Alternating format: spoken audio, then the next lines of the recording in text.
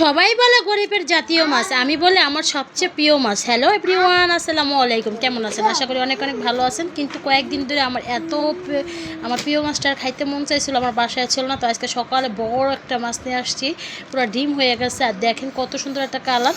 তো দৌড়ে চলে গেছি ছাদে যাওয়ার পর দেখেন মাশাল্লাহ আমার নতুন গাছে ফুল ফুটেছে, অনেক গাছে ফুল ফুটেছে মাশাল্লাহ।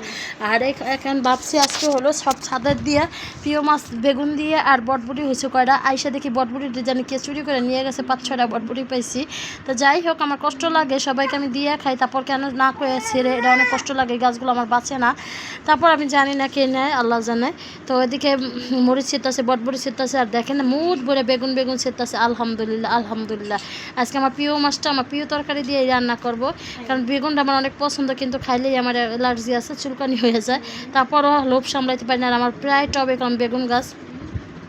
তো যাই হোক, প্রত্যেকটা গাছে দেখি বেগুন হয়ে রয়েছে। এক ঝুড়ি বেগুন, বরবুটি, পাট শাক আর হলো মরিচ নিলাম।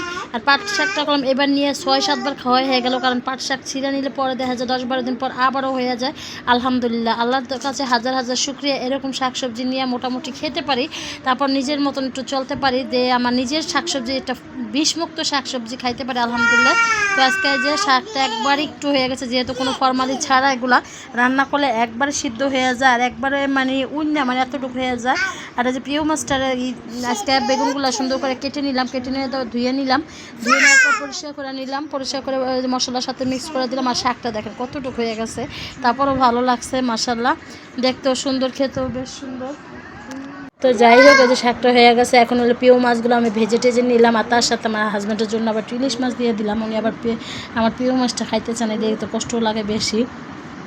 যাই হোক, মাছগুলো হলো দিয়ে রান্না বান্না করে এখন একটু ধনিয়া পাতা দিয়ে দিলাম। ধনিয়া পাতা দিয়ে দেওয়ার পরে যে বাইরে টেরে নিলাম, পরে খাবো, যেহেতু আমার এখনও সময় হয় না, গোসল টোসল করে নামাজ পড়ে পরে খাওয়া দাওয়া করবো, এই জন্য বাইরে রেডি করে রাখছে। মাশাল্লাহ দেখেন কালারটা কত সুন্দর আসছে, আর খেতে জানি কত মজা হয়। আলহামদুলিল্লাহ আলহামদুলিল্লাহ। তো যাই হোক, এদিকে রান্না বান্না প্রায় শেষ হয়ে গেল। এখন হলো আবার বিকালবেলাও বাচ্চারা এরকম, গতকালকে চিকেন ফ্রাই ভাজছিলাম গতকালকে। আর আমি এমন একটা মা, আমার বাচ্চারা যখন যেটা খায় আমি দেওয়ার চেষ্টা করি যতটুকু কষ্ট, যেহেতু পাকঘরে প্রচুর গরম ছিল। তারপর আমার ছেলে বলছিল আম্মু বড় চিকেন ভাজা খাবো। তো যাই হোক, ও বড় চিকেনই বলে, যেহেতু প্রতিদিনই ও চিকেন খায়, ছোট ছোট করে ভাজা দিই আলুর সাথে, এর জন্য আর প্রতি শুক্রবার হলে বড় করে ভাজা দিই বিএফসির মতন। তো দেখেন কত সুন্দর একটা কালার আসছে, খেতেও বেশ মজা হয়েছে।